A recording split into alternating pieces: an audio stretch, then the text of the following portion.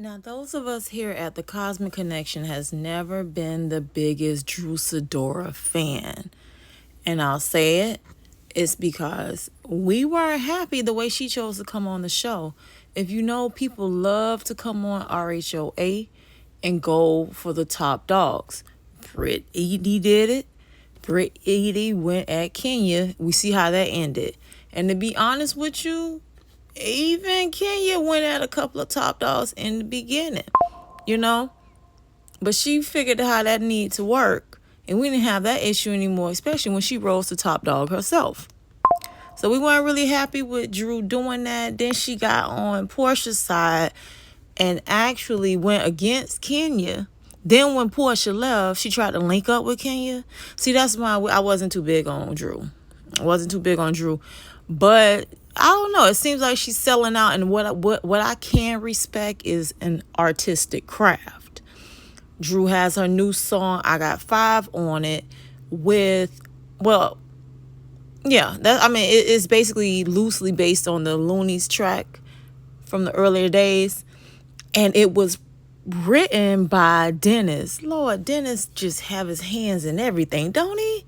The hot dog man just do everything. Movies, now he in music. Hey, they say it takes 7 streams, right? 7 streams to become truly a comfortable millionaire.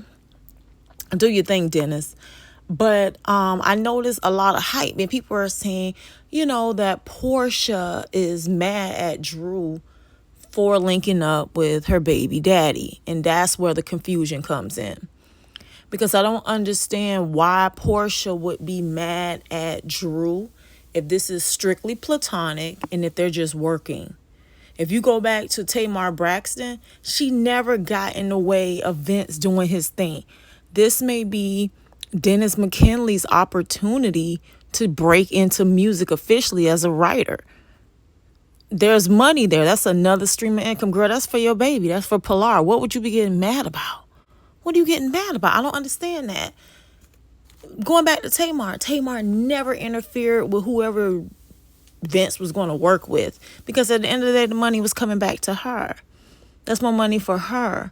So I don't understand if this is strictly platonic. So the question is there something else going on in the background between Drew and Dennis? And if it is, then that's just about as low as you can get.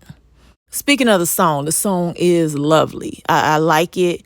Listen to it straight through and then try listening to it again in 1.25 sped up. Speed it up to 1.25 and you can thank me later. We actually are going to drop a link to it in the description box to help support it. See there? We support Drew when she's doing what she's supposed to do and not being shady and conjuring up bad stuff. So we are going to drop a link in the description box so you can check the video out. We noticed that it only had like 713 views. Yeah, that's not going to work. So we're going to support her in that endeavor. And we're going to hope that this is platonic, because I don't see why Portia would be mad about her friend working with her baby daddy when this is going to be money for her and her baby in the end. It got to be something in the background. All right. And then this another thing we want to talk about is the state of the country. All right.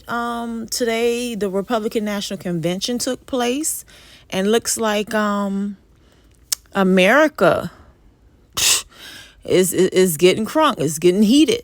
Oh, boy. And didn't we kind of know that craziness may break out as we got closer to the election? That makes sense. Many countries go through this. For those who are shaken up by this, understand that this happens internationally. Now, does the big, bold American eagle go through this? Not so much, but we had a crazy election in 2020, especially with Black Lives Matter. 2020 was wild. It was a pandemic year. Our last election was wild.